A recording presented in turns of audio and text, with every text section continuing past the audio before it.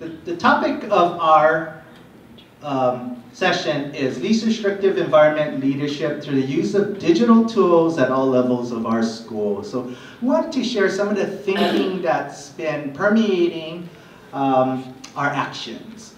But I wanted to take some time now to introduce the team.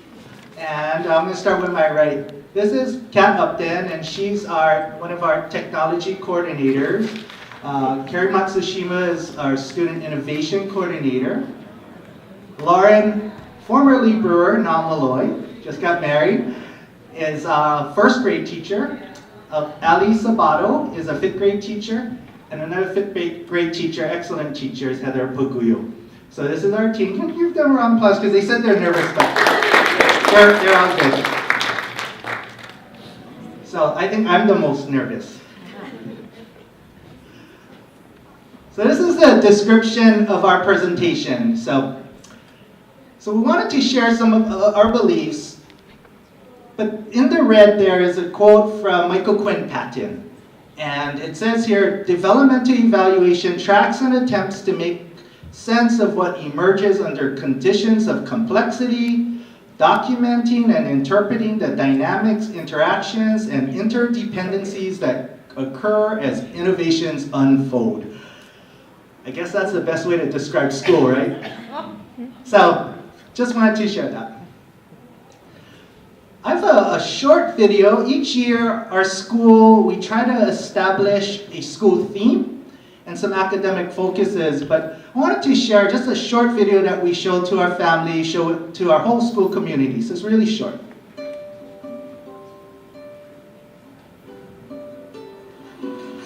Aloha and welcome to school year 2016-2017. I'm Dale Castro, our school's principal. Our school theme is Wayfinding to Self-Directed Learning. This year's theme was selected to encourage students to find their way to being responsible for their own learning by knowing where they are and navigating to get to their desired destination. We're excited about exploring the use of digital portfolios as a tool to help students post their work, collaborate with others, and to share their learning. The journey ahead is exciting, and we are thankful for the opportunity to navigate it with you. Mahalo. So again, each year we try to find something that resonates, and we didn't know Moana was going to be such a big hit.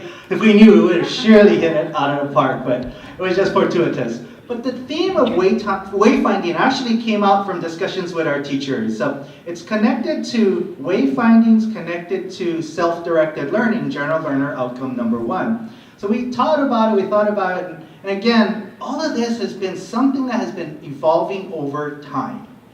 So what is causing us to apply this approach to leadership and learning? Our school's evolving school context.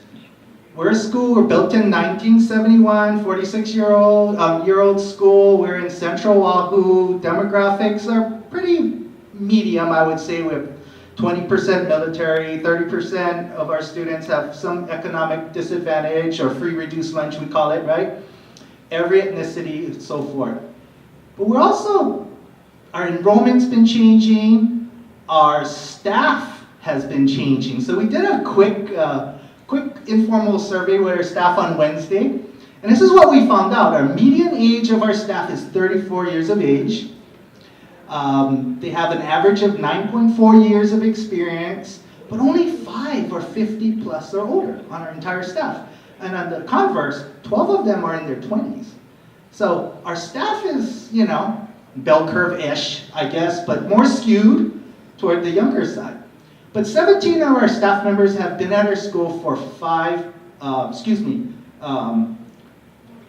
years of experience, and 22 have 5 or less. So our school is evolving. We used to have only about 4 classrooms per grade level. Now we have 5 or 6, which really equates to this. When I first got to the school, we had 5, not in 1971. I didn't get there in 1970, that's a typo, sorry about that.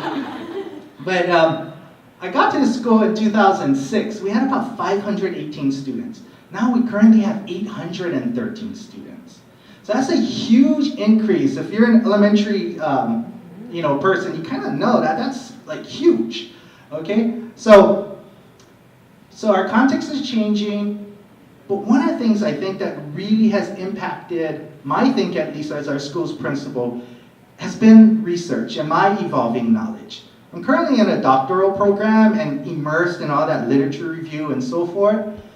And so reading, and this is just a snapshot of some of the research that I've been looking at, is a lot more, but the context is what Tony Wagner was talking about this morning, right? It's that developmental nature of learning, and how do we make learning spread out a little bit more? It's not always about getting to the same place at the same time. It's sticky, it's messy, it's evolving. So these are all some of the factors that have been influencing the thinking and the changes that we're going to be talking about. So again, like I said, I got to the school here, and when I was, I had another principalship, and then I was appointed to this principalship at this school. So I looked here and I said, wow, there's a huge achievement gap between reading and math. Huge. So we knew right away that we needed to start putting some systems in place, starting to galvanize our efforts to close that gap for students. And for 7 consecutive years, every year, we went up in reading and in math. For 7 consecutive years.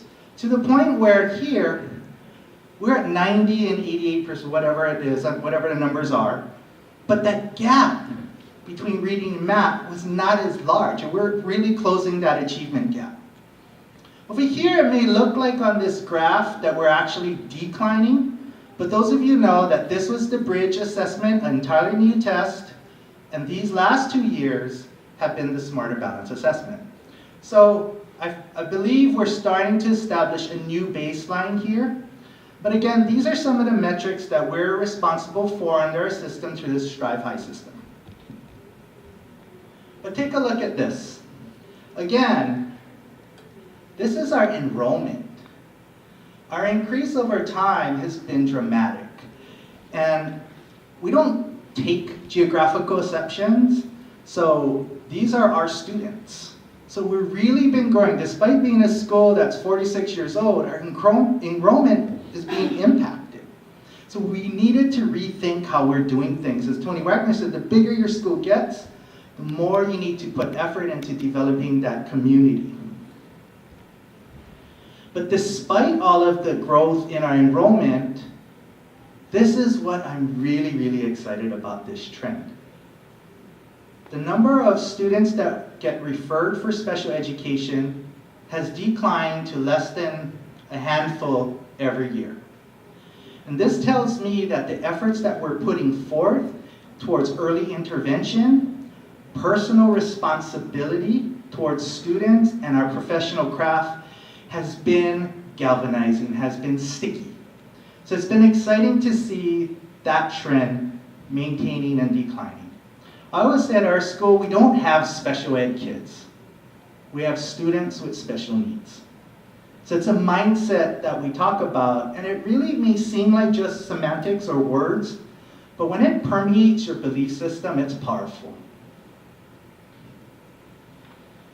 So we really have to question, how are we spending our time? Are our actions, beliefs consistent? Really, in short, we have to establish some targets, eliminate the distractors, and ask ourselves, what are we doing daily, weekly, monthly and quarterly, and annually? So these are some really important questions that we pose for ourselves, because we're not going to get any more time in the day. We may not even get more money. What we can do, however, though, is better prioritize the use of our time. So I'm going to ask Ms. Matsushima to come up to talk a little bit more about how our teacher leaders in our school are applying ownership and connection, because at the end of the day, we really needed that to happen. In the past, as a principal, I used to think about, well, okay, you know what? Whatever we needed to do, I'll help translate it, we'll put into action, find a core group of people, and let's just go, because I don't want to bother anybody else. Well, again, all that research I've been doing, and quite honestly, just getting a little older and more experienced and failing forward, or whatever you're going to refer to that being, helps, make sure to rethink things. So really, this is their true story now. Here it is. Thank you, Dale. So how are teachers, leaders in our school applying ownership and connection? And this is one of our big questions that we had as a part of our least restrictive environment leadership. Before I start about that, I want to explain about our vision, our mission, and our beliefs, because our beliefs are our core values. Kind of building upon what Dale said, it guides our thinking and our actions. It's something that it's not told to us every day, but it's internalized, it's a part of our school culture. So in order for our students to be successful, we want to inspire them, and our mission is to improve student achievement. We recognize that all of our students need to be in a caring environment, and we promote the TRRFCC characteristics. A part of that, we understand that all learning is developmental, so learning occurs at various rates and different styles, and all of this learning should be connected to life experiences. So now kind of digging a little deeper, what is least restrictive environment leadership? Why are we doing this? What does it mean at our school? How does it even work at our school? And what are our desired outcomes for the end of it? So least restrictive environment leadership, we started to dig into this because we do value external expertise. However, we have a lot of staff at our school, and we want to capitalize on their own passions and their own schools and skills. And we know that they all have something to bring to our school as well. So not only does this foster ownership for our teachers, but it develops professional relationships that we can all continue to continuously improve on. So our STEM teacher and our 5th grade teacher, and they're actually leading a makerspace session, and this is one of our professional developments that we have. Now I know that least restrictive environment leadership is associated with the IDEA, so Individuals with Disabilities Education Act. And it is a federal law that states to the maximum extent appropriate, children with disabilities are educated with children who are not disabled in regular general education courses. Well, for us, it's a little bit different. We have a belief here that it's a collective responsibility to empower our teachers to inspire authentic and developmental learning experiences closest to our students. So basically, I want to emphasize that least restrictive environment leadership is teacher-driven, and it is very student-centered. We want to empower our teachers to make sure they're making those connections with students. It also takes into account our own school's context with the resources and the people that we have here. It acknowledges and develops the expertise within our school. So again, developing our teachers' skills and their passions. It is life application learning. And of course, we're digging into this idea called choice, where children have opportunities in choosing educational experiences. And this is one of the components of least restrictive environment leadership because it's going to help us guide our thinking and our actions. So how does this work for our school? Like in that image earlier of that upside down triangle, it's basically on a daily basis, this is what we do. We have classroom visits by all members of our school community. So this could be parents, this could be council members, this could be other people in our community who come and visit our school. I previously was a grade 2 teacher, and I would have people come in my room all the time. It's just the culture that we have developed. In addition to this, every 3 days or so, we have a data team of teachers. So the grade level meets together and they actually review student work. This is job-embedded time for them to review work, talk about strategies to help students, and plan for their next steps of teaching. What we do quarterly is every 2 days of the month, we actually have a curriculum council. So these are members or leaders in our staff who are not only grade level chairs, but they may be content area leaders, they may be leaders of other expertise. and they come together to look at our school's data. So not only to celebrate achievement on things, but also what are our next steps and what are we planning ahead for the future. This is also job embedded as well.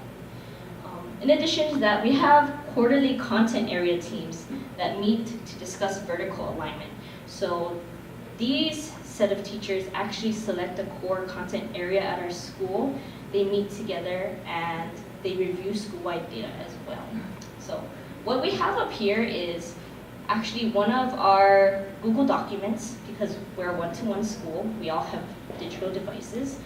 And here we're using Google Docs to actually perform a classroom observation. So curriculum council or content area leaders will go in and observe their classroom teachers and provide feedback or questions in order to help them boost their skills and give them some tips to help them out. We also have faculty meetings and professional development days that are designed and implemented by teacher teams, and it all depends on their passions as well and what they're interested in. And with this, they lead our breakout sessions for our professional developments. Our students are actually leaders at our school as well.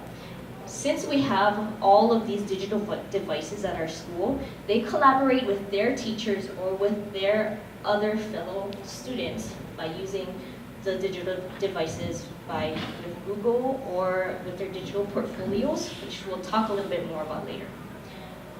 And of course, we have our school community council who comes and visits classrooms as well. So all in all, what are our desired outcomes at the end of all this, or continuing further on down our path? Well, we want to make sure that we alleviate our teachers' anxiety about teaching and about leading. We don't want them to feel scared about standing up in front of their peers and leading a group session. We want them to feel empowered.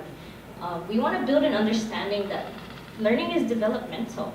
I started out at our school, I only have 4 years of teaching experience now, but when I first started, I had to really find my way, and I had a great team help me do that. We want to also focus our school improvement efforts towards a common goal. So I think that builds upon our earlier presenter who was talking about our school needs to come together to actually have a goal first. We want to continue to capitalize on our internal resources to support one another, to continue to build those professional relationships. And we want to inspire authentic and developmental learning experiences closest to our students, because those experiences are meaningful to them. So this is an example here of our 2 teachers that we have here, our leadership team. And this was an activity for writing where they paired together their classes, and they did a wonderful writing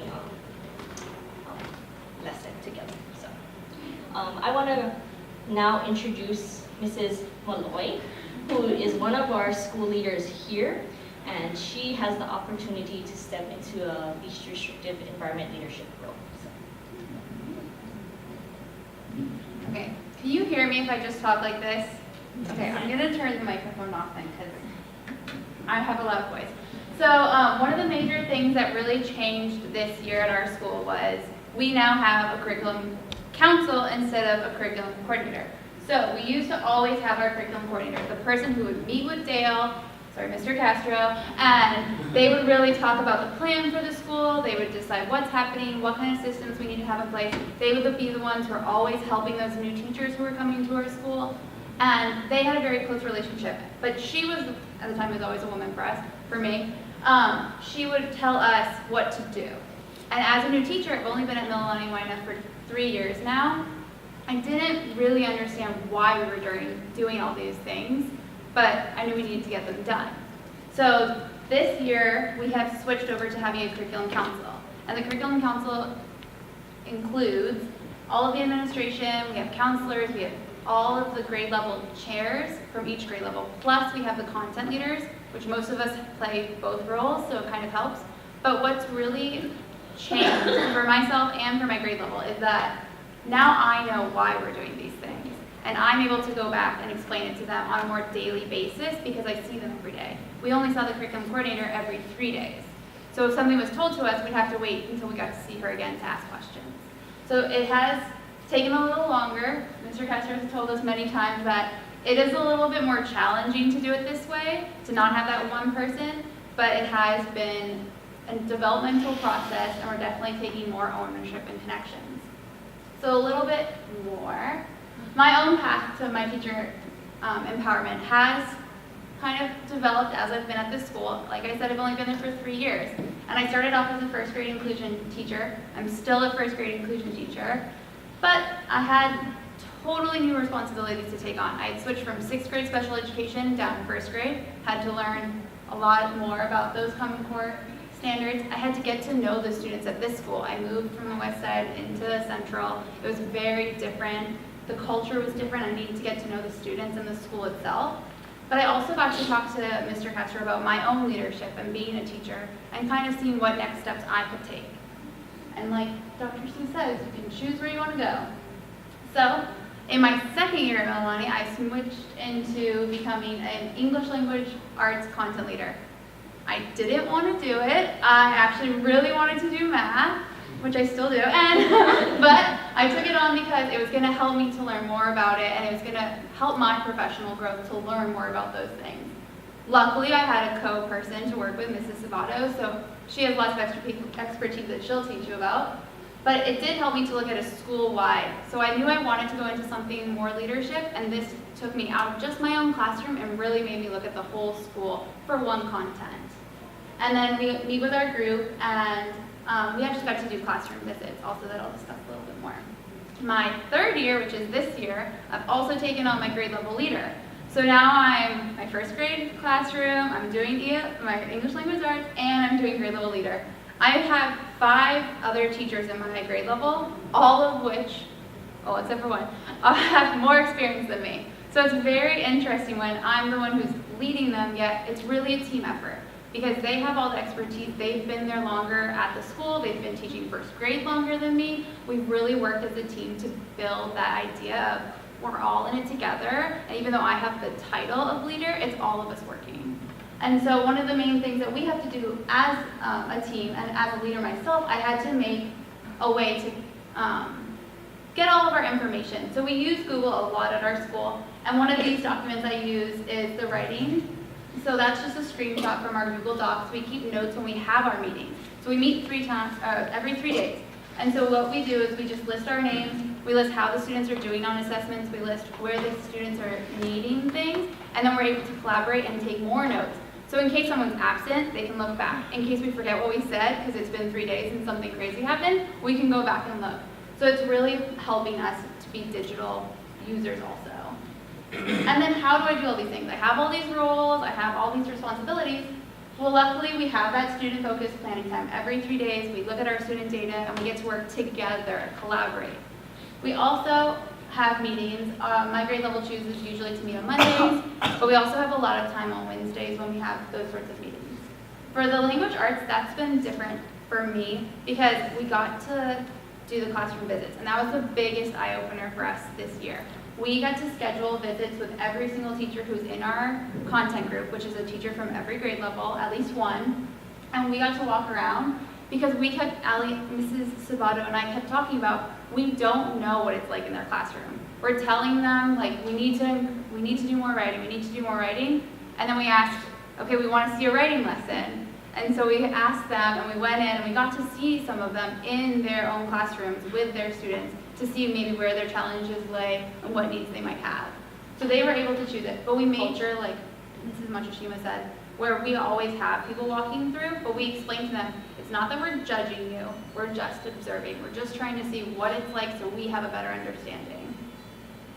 And how has it, oh, there you go. Yep. This tech savvy.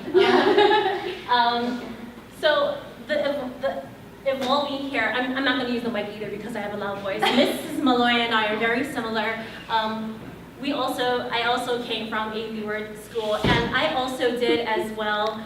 I was an English language arts content leader in my previous school. So when asked to come here to Mililani Waena, this is only my second year in the school, I was also asked to take on this role as an English language arts content leader. I said, yeah, sure, I've done it before. I think I can do it again.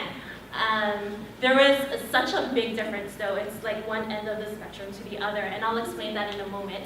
I'm really just gonna kind of share my story, talking about my vision here. And again, I don't know how Mr. Castro knew when he asked me to take on this role, but Mrs. Malloy and I work so well together, and I'm kind of like this big dreamer. I have this big vision going on, so I'm kind of like up in the clouds.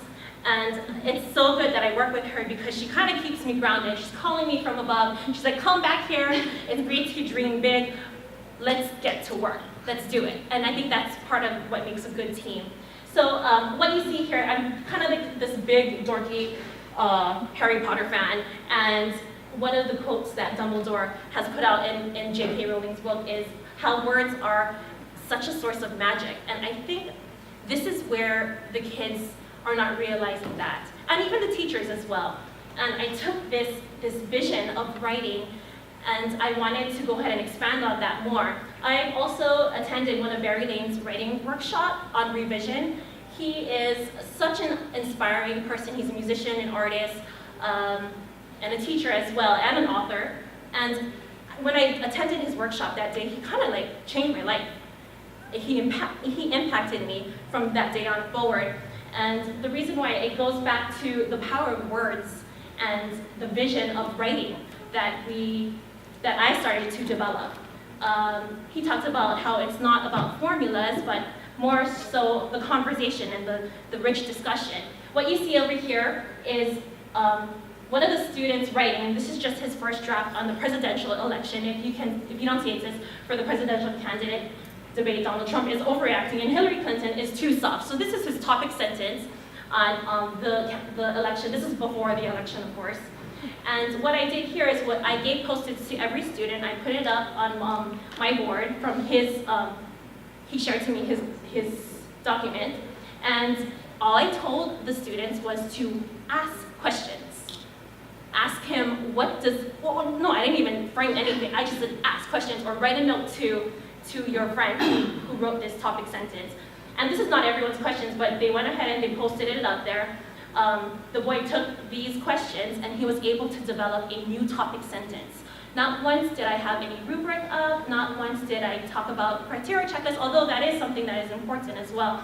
But all of the revision strategies that he was able to make came from the discussion and the questions that he took from his classmates. And I think that is more powerful than any type of lesson that we try to teach, but that I can include that now in my writing toolbox.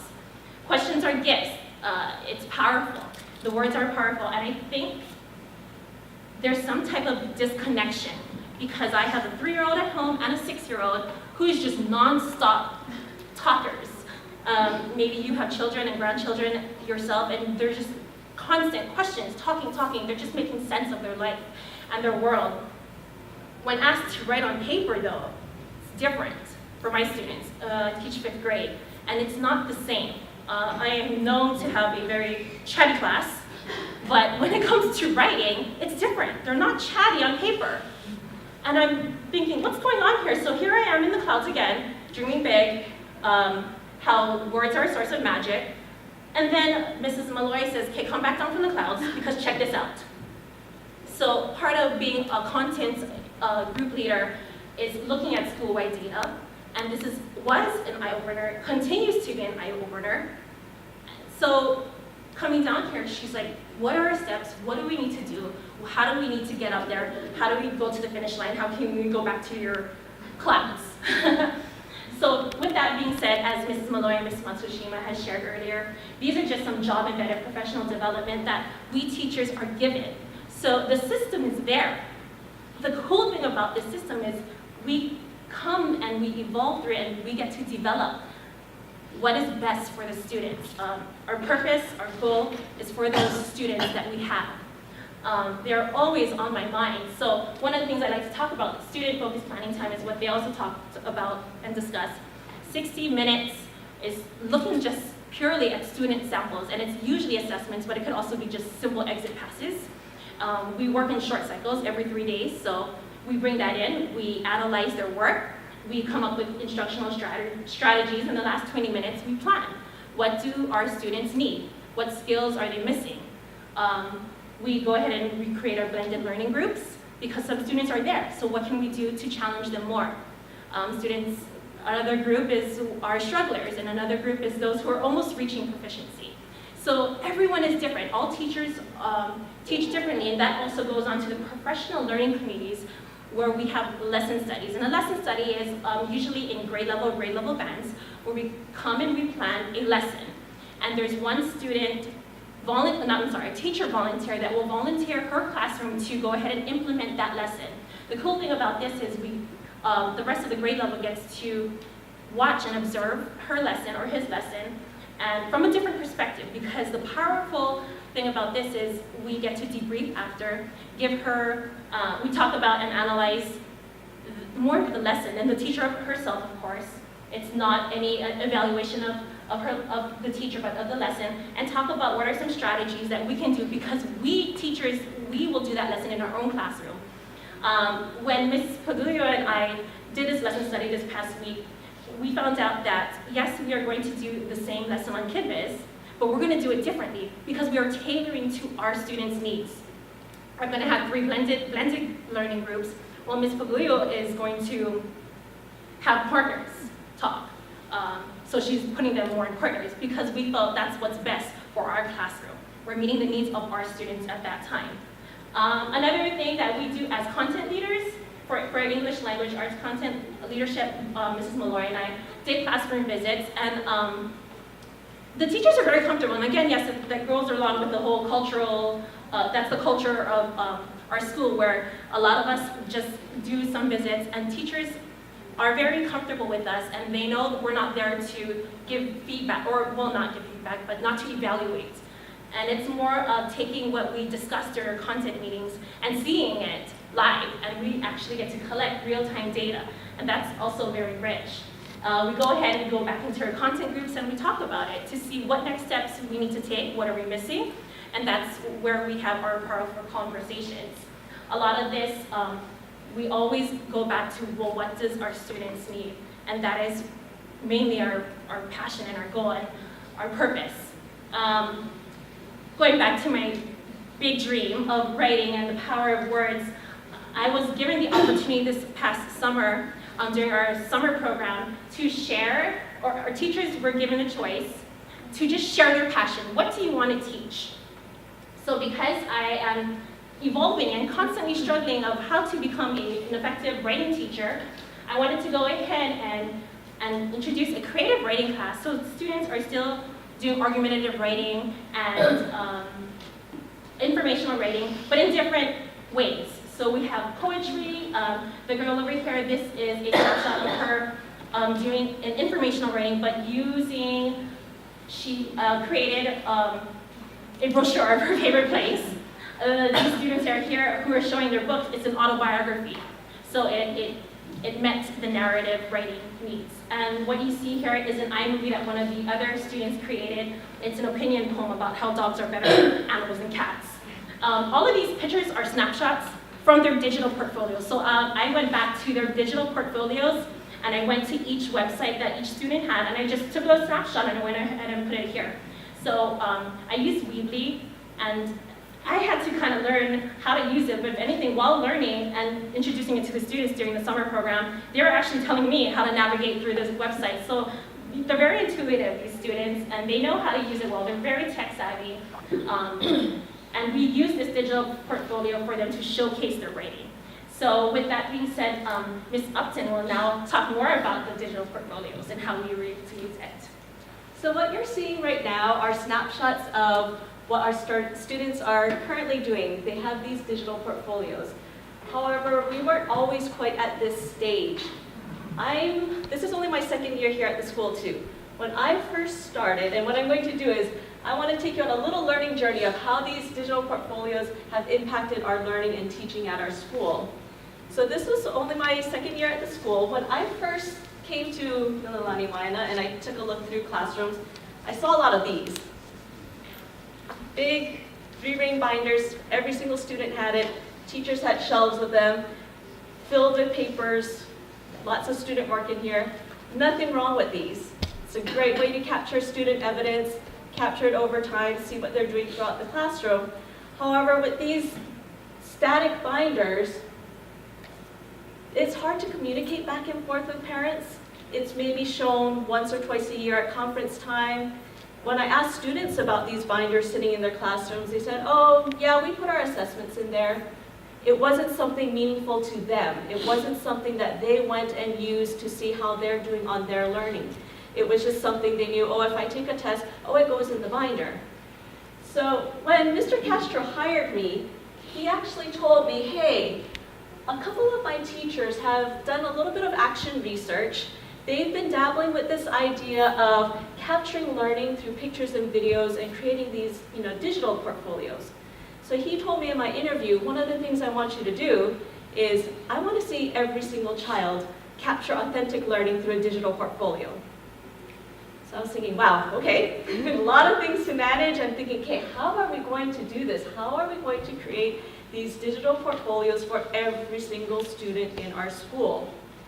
So the way my mind thought, I was like, okay, I'm going to do a lot of research, see what's out there, what kinds of platforms can we do, what kinds of institutions already have digital portfolios, how can, what's already out there, what can we do, how can we make this a vision. I came to Mr. Castro and said, hey, look at all these different platforms, we should buy this, we should look into this, and we should do that, and he was kind of like, whoa, whoa, whoa, whoa, whoa.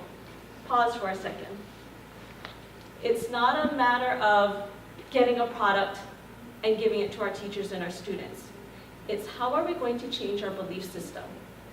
How are we going to empower our teachers to embrace this thinking of now capturing digital portfolios as a way of showcasing student learning and the developmental process of student learning?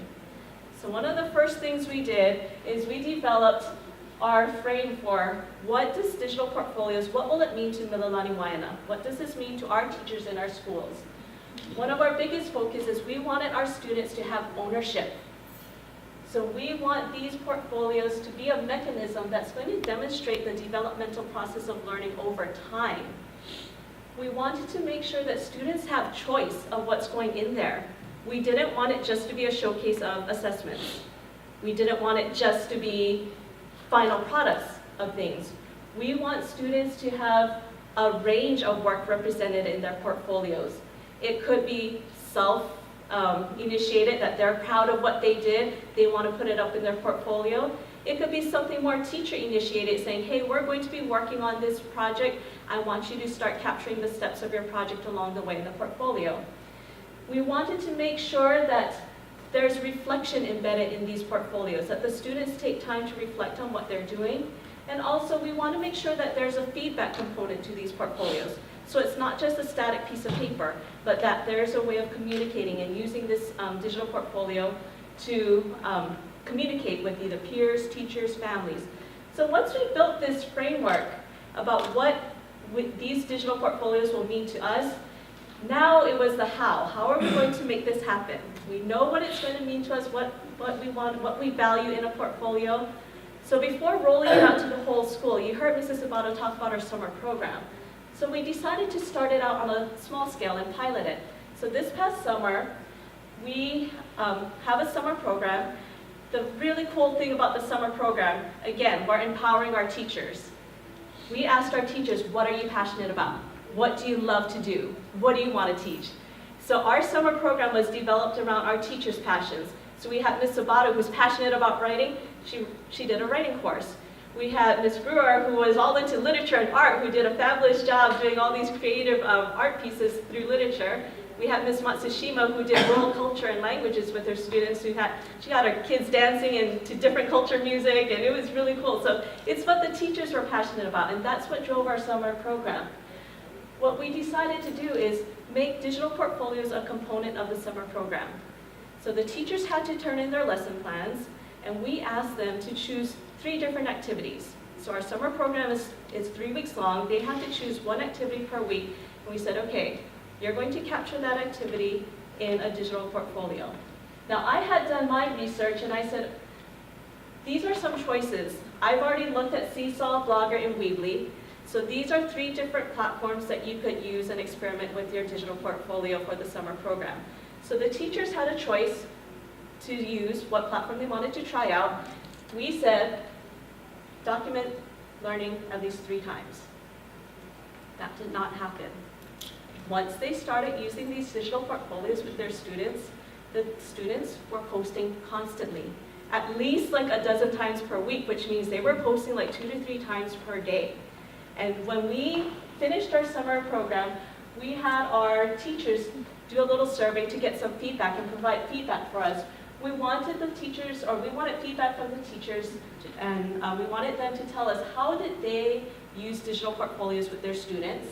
What challenges did you face? Because yes, new technology, teaching something new to the students, there were challenges, and we wanted to know what value did they get out of this. So number one, how they were using their digital portfolios with their students. A lot of them said, well, initially we told our student, here's your picture, post it, and reflect on it.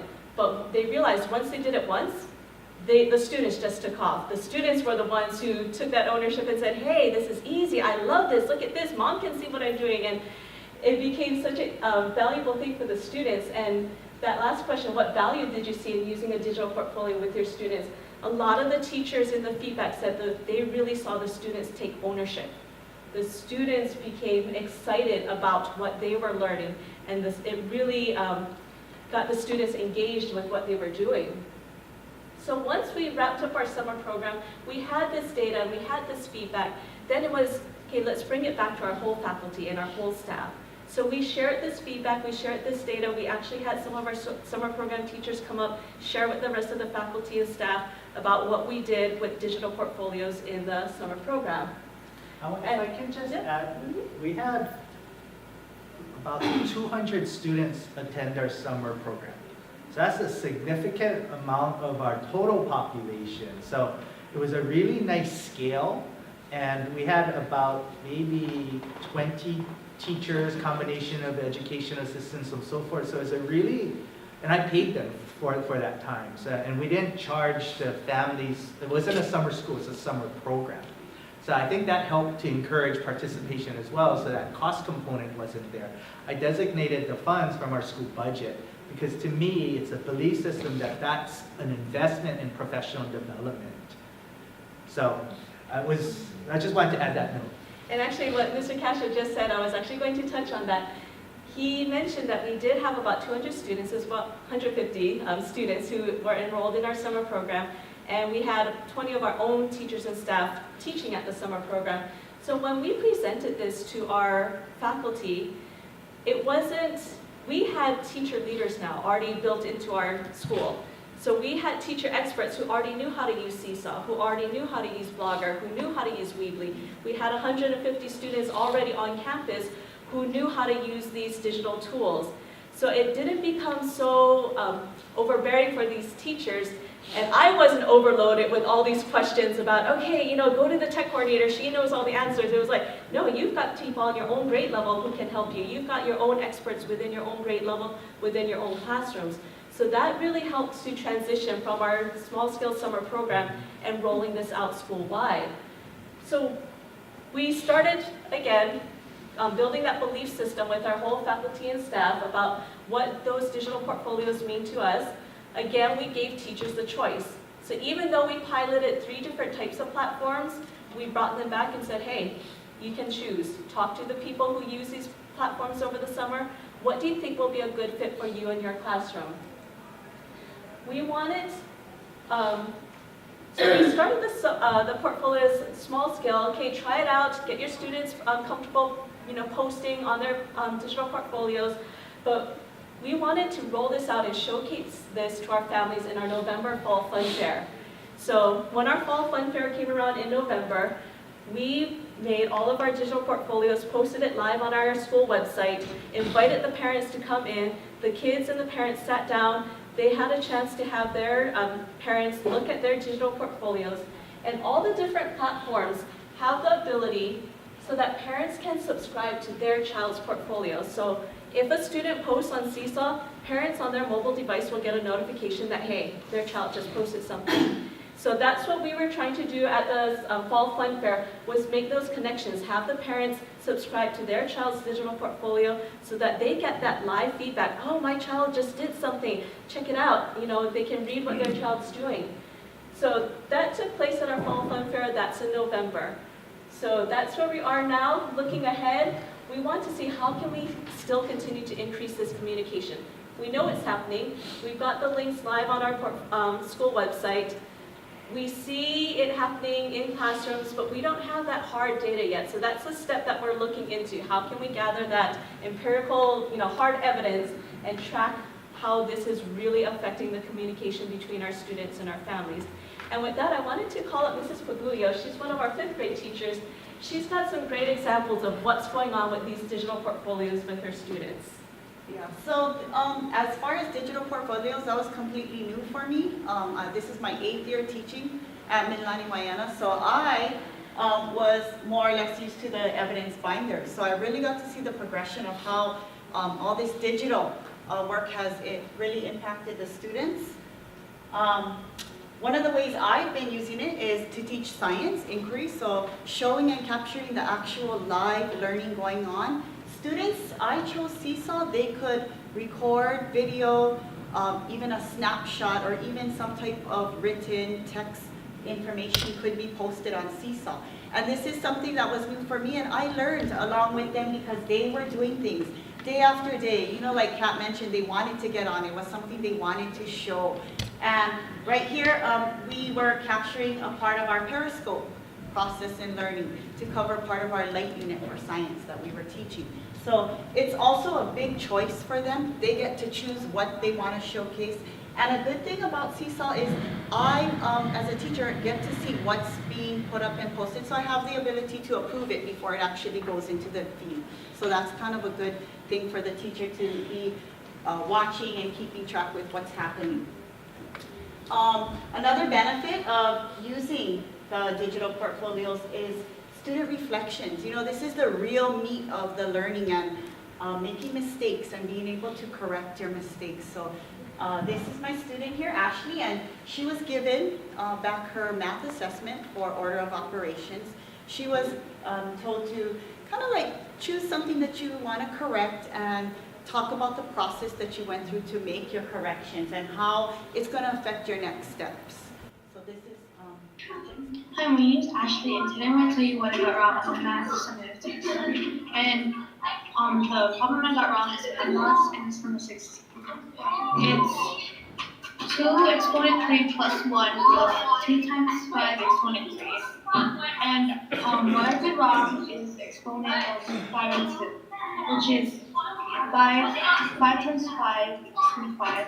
But on my test, I took it as 5 times 2, which is supposed to be 5 times 5. But the answer was supposed to be 59, and what I answered on my test was 20 times. If I can do some, what I could have done something better by checking my answers and making sure that it was accurate. Bye. Hi, my name is Ashley. So again, you can see how she's, making her corrections, sharing her corrections, and kind of saying that next time she's going to try to be a little bit more accurate and watch for those exponents. And one of the most powerful, I think, part of using digital portfolios now is how it gets the parent involved. Parents, like Kat said earlier, can already easily accessible. It's easily accessible to them. They can already log on. They know when their parents are on. This actually is my student who was in the middle of videoing and saw that her parent had popped up and made a comment there. And it really tickled her to see, that her mom is looking at it and making a comment. So she really was real tickled by it and just had a big expression. And for me, to see that she's feeling that she's being recognized, through that. So parents can post comments and keep in touch with what the live learning that is happening using digital portfolios. And it's not that I don't use the evidence binder. I still use evidence binders to share work, but the videos, the photos, and what they're sharing online with their parents really, really touches me and the students to see that there's that connection. I've been teaching for 18 years, and my hope now is that students continue to enjoy and have fun learning, being able to feel that it's meaningful to them, to that it's successful, something successful for them, and that they're gonna have meaning and apply it to real life. And we've had a long journey of work and our progress too, we're always moving forward, but hopefully that we can open new pathways and new ways for our students to be successful. Thank you. So we wanted to close with this slide because I think, we find the rest of being in the present moment, So you see some of the screenshots, they're like real time. Things we're doing like right now, it's unfolding, just like the students' digital portfolio. They're posting things, it's not always their completed project, it's works in progress like we all are, So we're staying still and becoming calibrated to science, and that's why I really appreciate venues like this where we can collaborate with all of you. So we just wanted to say thank you. I want to say thank you to my team and thank you all.